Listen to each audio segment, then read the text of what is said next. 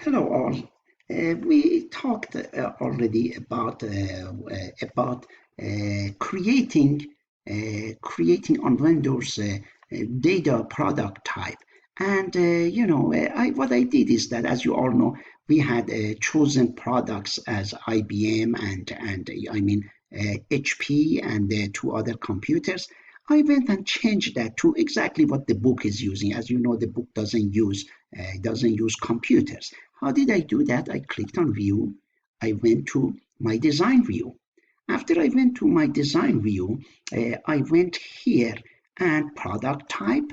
I clicked and then clicked result. And then I said, I will choose my data. And then the data that I typed are what we see in a figure, in one of the figures. It put what kind of data is putting. Figure 3-34.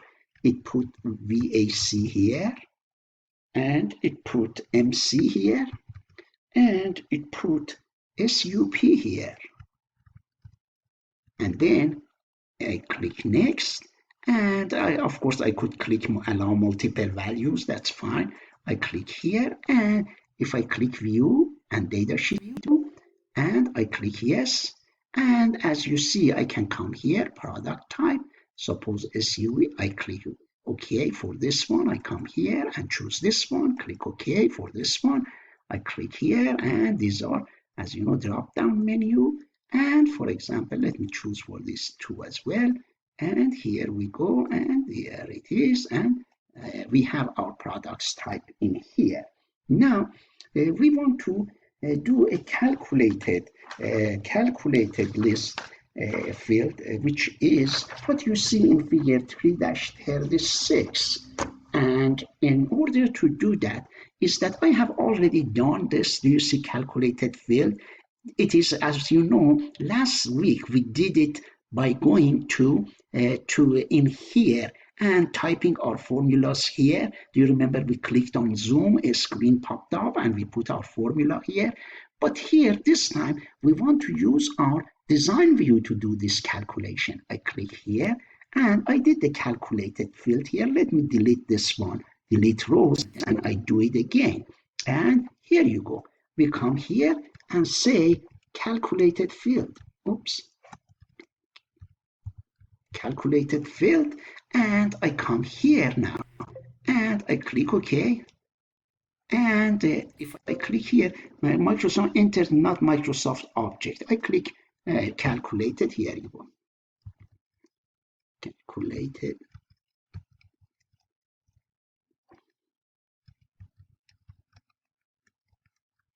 And then I click short text here.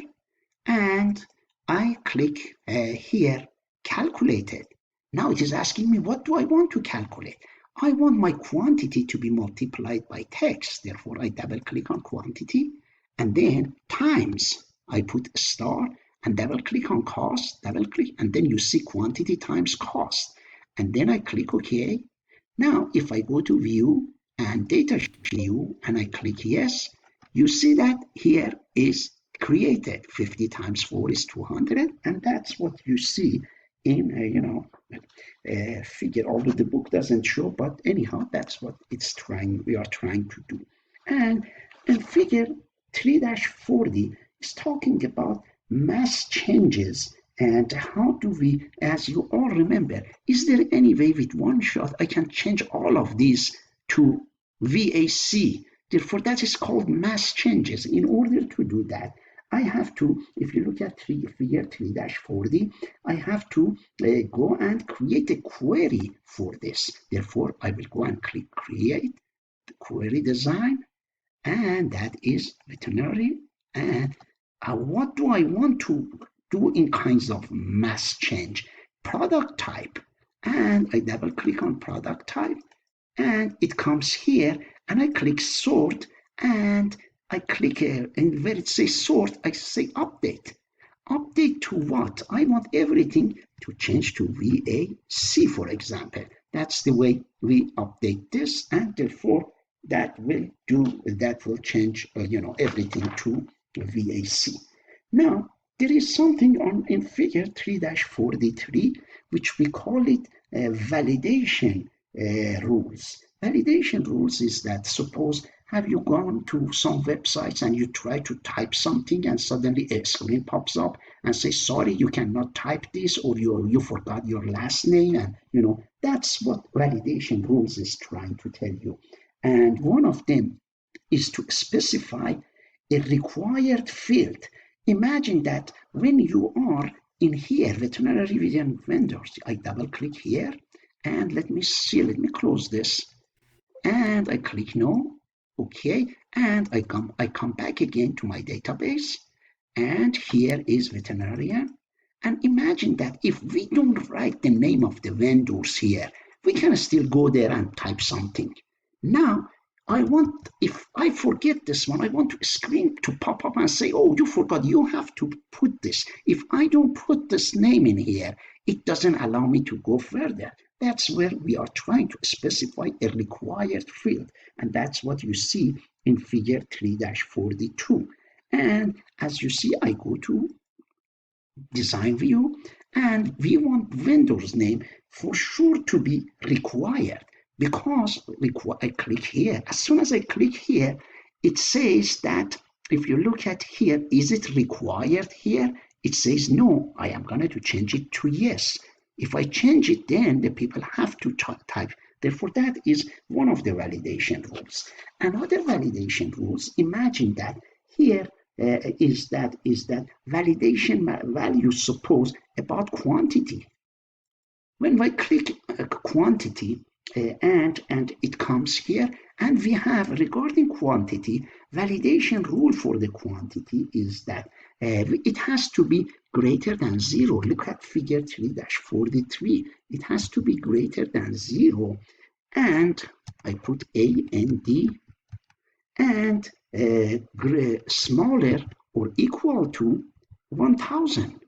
The meaning of it is that if we go to our table and we type that we bought -20 supposed supplies from this, -20 is less than 0. It comes back and says, oh, you cannot have a buy less than 20. Or if it say greater than 1000, 2000, it cannot, it's not possible. Our company doesn't buy more than. Therefore, if secretary makes a mistake there, it will come back and tell the secretary that she or he has made a mistake. And then even we can say a warning to that secretary or whoever who is trying to update. You cannot suppose put more than 0 or whatever. And that's what you see in figure 3-47 and 3-43. And in figure 3-44, you see a validation rule for product type. Here you go, product type that we have, we can put a validation rule. And that validation rule is that default value, which is this one, is supposed to be a VAC. Means anyone puts anything other than VAC, it comes back and says, oh, you cannot have anything. Or look at figure 3-45. In figure 45, the default value is VAC. And validation rule for that one is that it can be here, if we put it in this format, it will accept, for example, it will accept VAC, AC, and of course we have to put that in comma, and then here you go.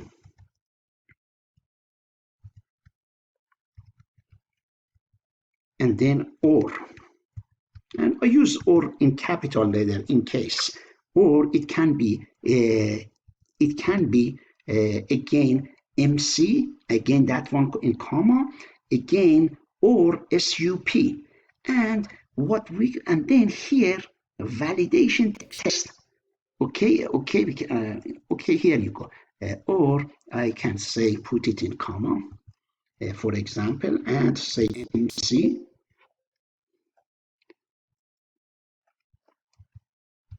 And then I'm going to close that and then come here. And suppose I needed one term, put or, here you go, let me put it. Or, and the last one I think was SUP. And then, I don't know why I put quotation mark. The book is using comma, and then I am using comma here. And here I say, I can say, of course, I need an equal sign or equal. And here I say it has to be one of the, it has to be VAC or MC or SUP. If the person suddenly types IBM, it comes back and it tells, a screen pops up and says it has to be one of these. That's what you see in figure 3-2045. And then look at figure 3-48.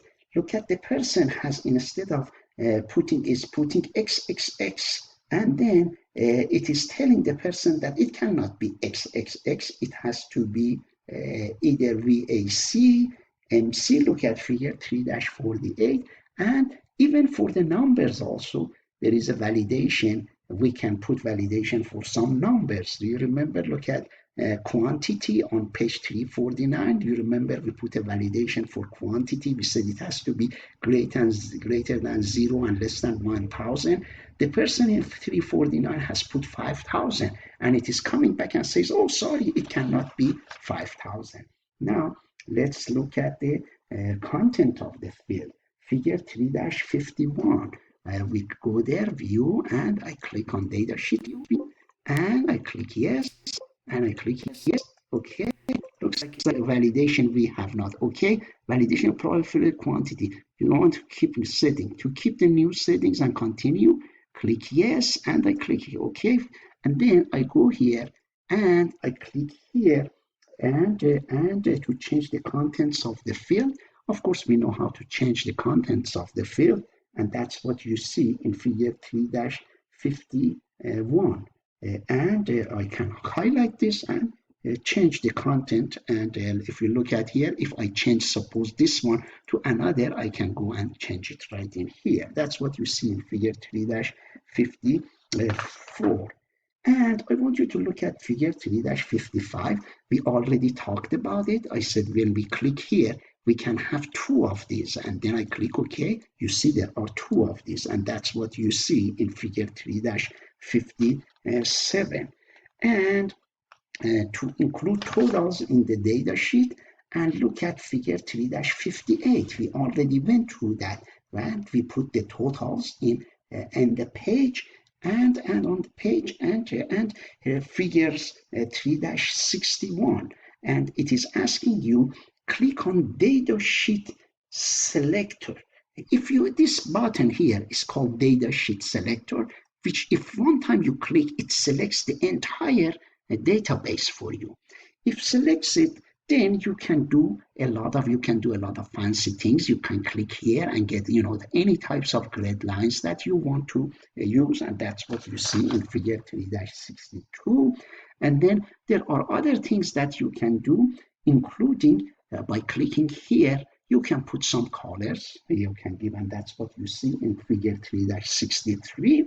And you close the database, and you don't need to save changes. Now let's look at figure 3-66.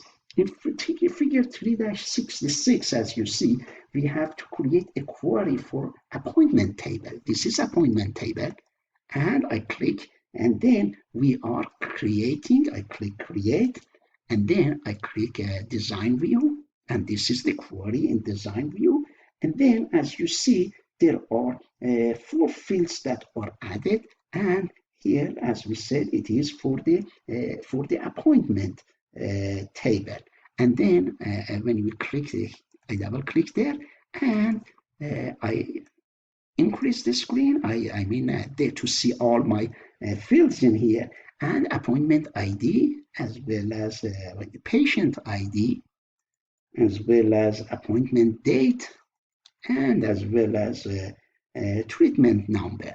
And by adding those in there, you can run a query where you can see your treatment numbers that are showing that you have two treatment numbers, and then I click run, let's say, and as you see here, for example, it is showing them in in a kind of the rows as you see.